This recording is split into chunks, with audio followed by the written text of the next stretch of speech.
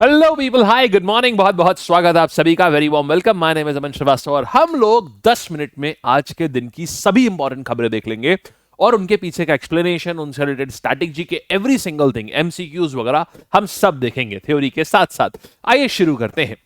और बहुत बहुत बढ़िया आप लोगों ने आंसर्स दिए। कल हमने आपको एक होमवर्क दिया था जिसके आप लोगों ने बेहतरीन आंसर दिए और मुझे बहुत खुशी है कि मेजॉरिटी जनता ने आंसर्स दिए थे। हालांकि देने तो 5,000 लोगों को चाहिए थे जिन लोगों ने वीडियोस देखे थे कल वाला, लेकिन दिया 150 ने था। 150 की खुशी। बाकी 4,850 लोग आप लोग आज जरूर दीजिएगा, होमवर्क का आंसर जरूर दिया करो, ठीक है। And thank you so much for the wonderful words guys, thank you. आइए शुरू करते हैं। देखिए, श्रीलंका के प्रेसिडेंट साहब हैं, ये मोदी जी से मिलने आए।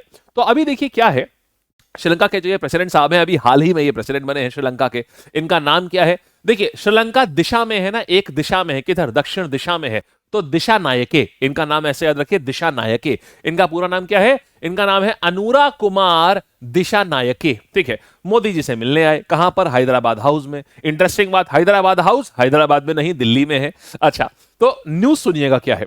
श्रीलंका के प्रेसिडेंट इंडिया के प्राइम मिनिस्टर से दिल्ली में मिले, दिल्ली मिलने आए हैदराबाद हाउस में। माने चार चार जगह के नाम है एक न्यूज के ही अंदर में। अच्छा, ये हैदराबाद हाउस जानते हैं क्या? बड़ी इंटरेस्टिंग कहानी है। तो हैदराबाद के जो 7वें नवाब थे, मीर उस्मान अली साहब, मीर उस्मान अली खान ने ये बनवाया था। और बड़ी इंटरेस्टिंग कहानी इसकी भी है।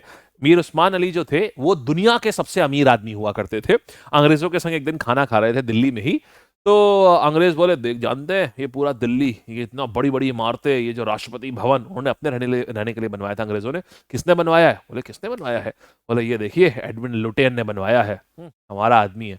एडविन लुटियन की तरफ मुखातिब होते हैं, बोलते हैं कल कोठी पे आ जाना, काम दे दूंगा। एडविन लुटियन को ही बुला लिया अपने घर पे, वहां आना, काम दूंगा। कुछ बनवाना है तो बोले आए मालिक, क्या बनवाना है बताइए? हैदराबाद हाउस बनवाना है। तो ये जो हैदराबाद हाउस है, मीर उस्मान अली ने इसलिए बनवाया था कि जब हम नई दिल्ली जाएं तो हमें कोई दिक्कत ना हो, अपने हमारे लिए एक वहां पर रहने की जगह हो। तो बहुत विशाल सा बनवाया था और ये सर एडविन लुटेन ने ही डिजाइन किया था इस हैदराबाद हाउस को भी। आज के टाइम पे ये गवर्नमेंट ऑफ इंडिया के अंतर्गत आता है, मिनिस्ट्री ऑफ एक्सटर्नल अफेयर्स इसको ऑपरेट करती है। जब बड़े डिग्नेटरीज आने होते हैं देश में ना, तब इसको ओपन करके इसको यूज किया जाता है। बड़ी बड़ी मीटिंग्स और बड़े राष्ट्र के अध्यक्षों के लिए इसको इस्तेमाल किया जाता है, ठीक है। चलिए आगे बढ़ते हैं। तो पहली मीटिंग थी, अभी अभी प्रेसिडेंट बने, प्रेसिडेंट बनते ही इंडिया आए थे। फर्स्ट नेशन उन्होंने चुना इंडिया को अपने मीटिंग के लिए। फिर देखिएगा मोल्डोवा जो है, ये इंटरनेशनल सोलर अलायंस के 105वां मेंबर बन गया है। यहां पर देखिए इनकी खुशी जो है, इनकी शक्ल से ही दिख रही है कितने खुश हैं ये आज, है कितना खुश हैं, जैसे बहुत बढ़िया चीज इन्होंने अचीव करी हुई है। सही बात भी है। 105th मेंबर बन गया है। अभी इसके पहले 104th मेंबर बना था आर्मेनिया। अब ये मोल्डोवा आ गया है जो 105th मेंबर बना है आईएसए का, international solar alliance. International solar alliance जो है ये कब आई थी? सन 2015 में। दो देश हैं जो मिल करके लाए थे इसको, भारत और फ्रांस। भारत से मोदी जी थे और वहां से इमैनुअल मैक्रन, ये दोनों लोग मिल करके इंटरनेशनल सोलर अलायंस को लेकर के आए थे। एक छोटा सा होमवर्क अब मेरा आएगा इस जगह पर। बताइएगा आईएसए के चीफ का नाम क्या है? आईएसए के चीफ का नाम क्या है? ये पहले हम आपको पढ़ा चुके हैं, अभी 2 महीने पहले ही हमने आपको पढ़ा, 1 महीने पहले ही हमने आपको पढ़ाया था। आईएसए को जो इंटरनेशनल सोलर अलायंस के हेडक्वार्टर्स है गुड़गांव में, उसके हेड का नाम क्या है? ये आपको हमें नीचे कमेंट सेक्शन में बताना है और ये हर व्यक्ति को बताना है। प्रण ले लीजिए कि जो मैं सवाल दिया करूं वो जरूर से देख करके बताया करो, बहुत अच्छा रहेगा। आगे आते हैं। ये देखिएगा मोल्डोवा, ये रणधीर जायसवाल जो हमारे स्पोक्स पर्सन है मिनिस्ट्री ऑफ एक्सटर्नल अफेयर्स के, उन्होंने ये ट्वीट किया है। इसी से हम एक और चीज सीख गए कि मिनिस्ट्री ऑफ एक्सटर्नल अफेयर्स के स्पोक्स पर्सन कौन है इस समय? रणधीर जायसवाल। अच्छा, फिर देखते हैं, इंडिया ने पहला डायबिटीज बैंक लॉन्च किया है चेन्नई में। तो ये क्या है यार? देखिए है क्या, आईसीएमआर ने, Indian council of medical research जो है, आईसीएमआर ने मद्रास डायबिटीज रिसर्च फाउंडेशन के साथ मिल करके बोला है हम एक डायबिटीज बायो बैंक लेकर के आ रहे हैं। देखो होता क्या है, कभी भी किसी बैंक के आगे नाम लग जाए बायो, तो इसका मतलब क्या है कि ये लाइफ से रिलेटेड कुछ होगा। इस बैंक में या तो ब्लड स्टोर करा जा रहा होगा, सेल स्टोर करे जा रहे होंगे, या तो टिश्यूज स्टोर करे जा रहे होंगे, या ऑर्गन स्टोर करे जा रहे होंगे। बायो बैंक का मतलब सिंपल समझ जाया करिए। तो डायबिटीज बायो बैंक है, इसका अर्थ क्या है? ये भारत का पहला डायबिटीज बायो बैंक है। इसका अर्थ ये है कि जिन लोग, इसमें 2 प्रकार के रक्त रखे जाएंगे, 2 प्रकार के ब्लड रखे जाएंगे। एक, जिन लोगों को डायबिटीज ऑलरेडी हो चुका है और जो 50-55 साल के एज ग्रुप वाले हैं, 50, 55, 60, 65 ऐसे वाले। और एक इसमें रखा जाएगा जो इंडिया में इस समय यंग लोगों में बहुत डायबिटीज हो रहा है, 25 साल से भी कम लोगों में जिनको डायबिटीज हो रहा है उनको रखा जाएगा, और इनके ब्लड को लेकर के समय समय पर रिसर्च करी जाएगी कि भारत में ऐसा क्यों हो रहा है। India diabetes capital of the world है। भारत में 7.5 करोड़ लोग डायबिटीज से ग्रसित हैं और 20 करोड़ लोग प्री डायबिटीज से, मतलब बिल्कुल डायबिटीज की कगार में हैं। इसीलिए इंडिया को diabetes capital of the world बोला जाता है। इसी के साथ साथ आपको पता है कि डायबिटीज की मार्केट कितनी बड़ी है इंडिया में? कई हजार बिलियन डॉलर की मार्केट है। 10,000 20,000 बिलियन डॉलर से ज्यादा की मेडिसिन मार्केट है इंडिया में सिर्फ डायबिटीज की। और जो हम दवाइयां खाते हैं सारी वेस्टर्न दवाइयां हैं, हमारा लाइफस्टाइल उनसे अलग है, हमारा सब कुछ उनसे अलग है। तो ये बायो बैंक इसीलिए बनाया जा रहा है कि हम अभी सारी दवाइयां खा रहे हैं वेस्टर्न वाली, जबकि उनकी डाइट में प्रोटीन बहुत होता है और हम वही दवाइयां खा रहे हैं, जबकि हमारी डाइट में कार्बोहाइड्रेट और फैट बहुत होता है। जब तक 2-3 मलाई मक्खन ना मारा जाए तब तक पराठा पराठा कैसा।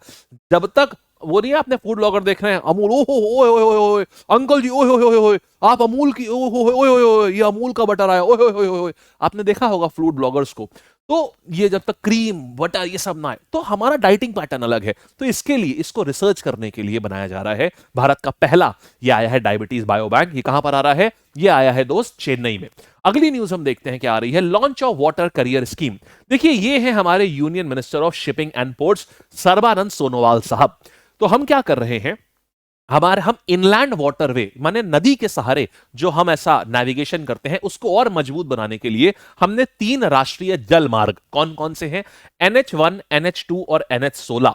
NH1 पे आती है गंगा नदी, NH2 जो है ये ब्रह्मपुत्रा नदी पर बना हुआ है, और NH16 जो है ये बराक नदी पर बना हुआ है।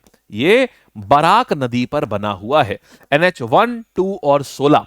तो अब क्या है, ये इन तीनों नदियों में बहुत अच्छे से जो शिप का आवागमन है उसको और ज्यादा बढ़ाया जा सके, ज्यादा से ज्यादा माल हम लोग रोड और रेल की जगह हम लोग इससे भेजें, बस यही स्कीम है जिसको कहा जा रहा है वाटर कैरियर स्कीम। आप सोच रहे होंगे ऐसा क्यों हो रहा है, बताते हैं आपको। इतना ज्यादा इफेक्टिव मीडियम होता है पानी चीजों को एक जगह से दूसरी जगह भेजने का, उसका एक सीधे नंबर के टर्म्स में आपको तर्क देता हूं।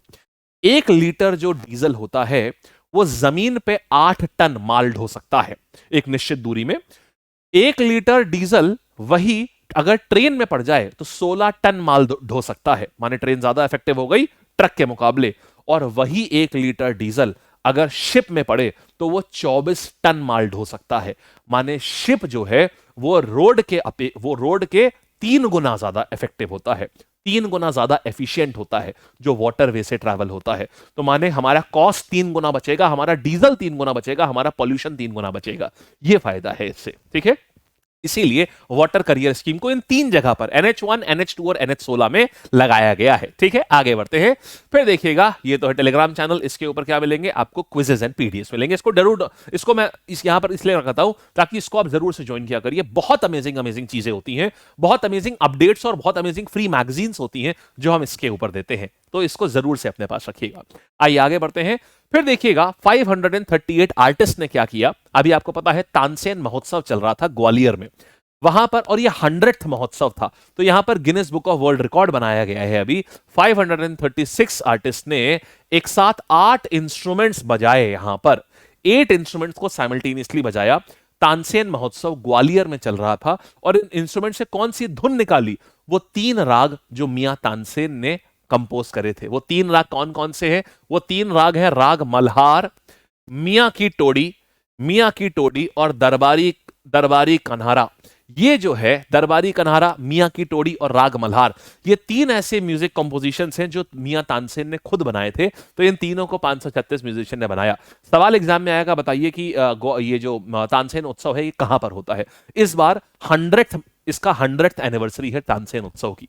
चलिए आगे बढ़ते हैं। इसीलिए Guinness book of world record बनाया गया। आप लोग होमवर्क में बताएंगे, अभी हाल ही में एक और Guinness book of world record बनाया गया था, गीता को पढ़ने का रिकॉर्ड बनाया गया था। ये कौन से राज्य में बना था ये आप लोग बताएंगे ऑफलाइन कमेंट करके। चलिए फिर देखिएगा, मुंबई फिर से बन गया है सैयद मुश्ताक अली ट्रॉफी का चैंपियन। ये सैयद मुश्ताक अली ट्रॉफी जो है ये क्या है यार? ये जैसे आपने आईपीएल देखा है ना, T20 फॉर्मेट पे होती है, बिल्कुल सैयद मुश्ताक अली ट्रॉफी भी T20 फॉर्मेट पे होती है, और ये राज्य आपस में खेलते हैं। ये T20 फॉर्मेट का मैच है। इसका नाम क्यों पड़ा? मन में एक बात आती है, ठीक है T20 फॉर्मेट का मैच है, मुंबई इस बार मध्य प्रदेश से जीता है, पिछली बार मुंबई हिमाचल प्रदेश से जीता था, लगातार दूसरी बार इसमें मुंबई जीता है। बहुत इंपॉर्टेंट है, एग्जाम में जरूर आएगा। लेकिन आखिरकार इसका नाम ये क्यों पड़ा, इसका कारण है। तो बात है सन 1936 की। 1936 में सैयद मुश्ताक अली एक इंडियन क्रिकेटर थे। वो पहले ऐसे इंडियन क्रिकेटर बने जिन्होंने टेस्ट क्रिकेट खेल रहे थे वो इंग्लैंड के अगेंस्ट, और उन्होंने शतक जड़ा था। तो इंडिया की तरफ से पहली सेंचुरी स्कोर करने वाले जो व्यक्ति थे, उन्हीं का नाम था सैयद मुश्ताक अली। तो उन्हीं के नाम पे ट्रॉफी रखी गई, सैयद मुश्ताक अली। यहां पे प्लेयर्स अपना पूरा दमखम लगाते हैं क्योंकि आईपीएल में यहीं से उठाया जाता है। हार्दिक पांड्या, आपने नाम सुना होगा, इसी के प्रोडक्ट हैं। सूर्य कुमार यादव, आपने नाम सुना होगा, इसी के प्रोडक्ट हैं। ये सब इसी के बड़े बड़े प्लेयर्स जो हैं, इसी के प्रोडक्ट हैं, ये आपका सैयद मुश्ताक अली ट्रॉफी के। चलिए आगे बढ़ते हैं, फिर हम देख रहे हैं। तो इस बार जीता कौन है? मुंबई जीता है। हराया किसको? मध्य प्रदेश को हरा करके मुंबई जीता। इंडियन टीम ने जूनियर विमेंस एशिया कप 2024 जीत लिया। भाई देखिए, ये अच्छा कप होता है, 4 साल में एक बार होता है। 2023 में भी भारतीय महिला हॉकी टीम ने जीता था, जूनियर टीम है अंडर 19 वाली, और 2024 में भी हम ही ने जीता है। लगातार 2 बार हमने जीत लिया अंडर 19 जूनियर एशिया कप। आप कहेंगे आपने तो बोला 4 साल में एक बार होता है, लेकिन 2023 में भी हुआ था, आप कह रहे हैं।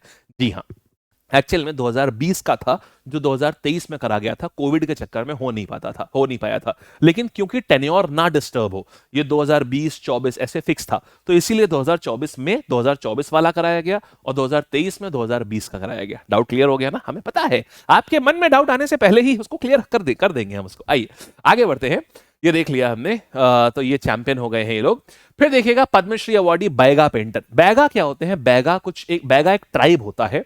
ये ऐसे लोग होते हैं जो नेचर को बहुत वर्शिप करते हैं, नेचर के बहुत करीब रहते हैं, और नेचर को घर की दीवारों के ऊपर नेचर की पेंटिंग बनाते हैं और दरवाजों के ऊपर नेचर की पेंटिंग बनाते हैं। तो बैगा ट्राइब की एक बहुत प्रसिद्ध एक कलाकार थी, इनका नाम था जोधिया अम्मा। वो रिसेंटली पास अवे हो गई। ये मध्य प्रदेश में रहते हैं ये ट्राइब, बैगा ट्राइब जो है ये मध्य प्रदेश का है। इन्होंने रामनाथ कोविंद जी द्वारा इन्होंने अवार्ड मिला था, साथ ही इन्होंने पद्मश्री भी इन्होंने जीता है 2023 में, इसलिए ये बहुत इंपॉर्टेंट है। ये देखिए, ये है जोधिया अम्मा। फिर आइए सवाल देखते हैं, जरा जल्दी जल्दी से आंसर करिएगा, सारे लोग कोशिश करिएगा आंसर करिएगी, सबके सब। चलो, तो मोल्डोवा जो है 105वां मेंबर बना है किस ऑर्गेनाइजेशन का? हमें पता है आंसर। द आंसर इज, वो बना है आपका किसका? इंटरनेशनल सोलर अलायंस का। इसी का एक होमवर्क भी दिया है कि इसके चीफ कौन है, आपको बताना है कमेंट में। फिर इंडिया का पहला डायबिटीज बायो बैंक कहां एस्टैब्लिश हो रहा है? वेल, ये चेन्नई में एस्टैब्लिश हो रहा है। कौन सा वाटरवे है जो वाटर कैरियर स्कीम जिसके ऊपर लॉन्च करी गई है? NH1, 2 और 16 नदियां कौन सी हैं? NH1 में गंगा, 2 में ब्रह्मपुत्र, C में आ जाएगा बराक। फिर आते हैं, कितने साल बाद विमेंस जूनियर कप ऑर्गेनाइज किया जाता है? हर 4 साल में होता है। इस बार भारत जीत रहा है। एशिया कप जो है, विमेंस जूनियर एशिया कप जो है, ये हर 4 साल में होता है। 23 और 24 दोनों भारत ने जीते हैं। रिसेंटली कौन से शहर में 536 आर्टिस्ट ने एक रिकॉर्ड बनाया है? ये तानसेन महोत्सव चल रहा था, ग्वालियर में चल रहा था, क्योंकि मियां तानसेन ग्वालियर से ही थे, और ग्वालियर घराना जो कि सबसे पुराना घराना है हिंदुस्तानी क्लासिकल म्यूजिक का, वो भी उन्होंने ही फाउंड किया था। आंसर ये हो गया। फिर कौन बना winner of Syed Mushtaq Ali trophy? किसने जीती है? इस बार जीती है, इनफैक्ट इस बार भी जीती है, ये मुंबई ने जीती है सैयद मुश्ताक अली ट्रॉफी। आगे आएंगे, इंटरनेशनल सोलर अलायंस की स्थापना कब हुई थी? COP21 पेरिस में हो रहा था, कॉन्फ्रेंस ऑफ पार्टीज 21। ये 2015 में हो रहा था, और भारत और फ्रांस ने मिलकर के इसकी स्थापना करी थी 2015 में। जोधिया अम्मा ने पद्मश्री अवार्ड किस फील्ड में उनको दिया गया था? पद्मश्री जोधिया अम्मा जो है, इनको, ये मध्य प्रदेश की है, इनको ये दिया गया था किसमें? Answer is painting. Then main event Tansen समारोह का कहां पर होता है? तो ये इसलिए वहां पर होता है क्योंकि तानसेन साहब जो है ये थे ही ग्वालियर के, ये इनकी पैदाइश ग्वालियर की ही थी। लास्ट क्वेश्चन, सैयद मुश्ताक अली कौन थे? सैयद मुश्ताक अली पहले टेस्ट कप्तान थे, पहले विदेशी शतकवीर थे जिन्होंने सेंचुरी मारी, हॉकी खिलाड़ी, लेखक। द आंसर इज पहले विदेशी शतकवीर थे। ठीक है जी, दैट्स इट गाइस। कैसा लगा? मजा आया? हमें तो बहुत आया। और देखिएगा, आपके लिए एक बहुत अच्छी सी चीज बताते हैं। ये तो जिन लोगों को 1-to-1 काउंसलिंग चाहिए हो, जिन लोगों को भी अपनी पढ़ाई से रिलेटेड, वो इस नंबर पे व्हाट्सएप कर सकते हैं। ये तो चलो ये बात हो गई। दूसरा सुनना, ये है भाई साहब पूरे साल का current affairs, mega current affairs है, ये आपके लिए हम ला रहे हैं। 31 दिसंबर को सुबह 9 बजे से चलेगा, 500 MCQ में पूरा साल खत्म। पहले ये बताओ ये न्यूज कैसी लगी? बढ़िया। अगर ये न्यूज अच्छी लगी हो तो हिट द लाइक बटन, और नीचे कमेंट सेक्शन में जरूर बताना कि ये न्यूज कैसी लगी। और ये इवेंट अभी से शेड्यूल हो गया है, सुबह 9 बजे होगा, जा करके अभी से लाइक कर लेना सारे लोग। मुझे इस इवेंट पे चाहिए 10,000 लोग चाहिए लाइव। ठीक है, ये आपकी जिम्मेदारी है, और इसको जरूर लाइव अटेंड करिएगा, जरूर से लाइव अटेंड करिएगा। ठीक है, और चलिए, और 1 मिलियन सब्सक्राइबर यार जल्दी जल्दी से कराइए। आपने वादा किया है 25 तारीख तक आप लोग 1 मिलियन सब्सक्राइबर करा देंगे, है ना। 25 दिसंबर तक आपने वादा किया है कि आप करा देंगे 1 मिलियन सब्सक्राइबर, ये 25 दिसंबर तक की। तो जो भी लोग नए हैं जरूर सब्सक्राइब करिएगा, बहुत अमेजिंग वीडियोस हम लोग यहाँ पर लेके आते हैं। अब चलिए चलते हैं, मिलते हैं हम लोग अब सुबह सुबह 10 बजे मिलेंगे हम लोग अपने इस फाउंडेशन सेशन में। आज वो है आज चलिए अब देखिए टॉपिक जब आइए, पेंटिंग्स ही है आज का टॉपिक। आज स्टैटिक जीके में आज हम लोग पेंटिंग्स कर रहे हैं इस टॉपिक में, ठीक है। चलो गाइस बाय, और ध्यान रखिएगा आज 18 है, परसों से ये बैच शुरू हो जाएगा। ये जंबो बैच जो है परसों से शुरू हो जाएगा। जितने ही बच्चों को एडमिशन लेना है अभी ले लीजिएगा। ये बैच 2600 का है, तब तक बैच जब तक स्टार्ट नहीं होता तब तक ये 1599 का रहेगा। और कोड ध्यान रखिएगा, लैब एसएससी वालों के लिए ये है और रेलवे वालों के लिए ये वाला है, सफलता बैच विद एमएमएफ। ये इसमें भी सेम कहानी, ठीक। चलिए bye, take care, all the best, thank you so much, bye bye. और पीडीएफ इसका ऐप पर मिलेगा, पीडीएफ इसका कहां मिलेगा, एप्लीकेशन पर मिलेगा इसका पीडीएफ पूरा, ठीक है। Bye bye.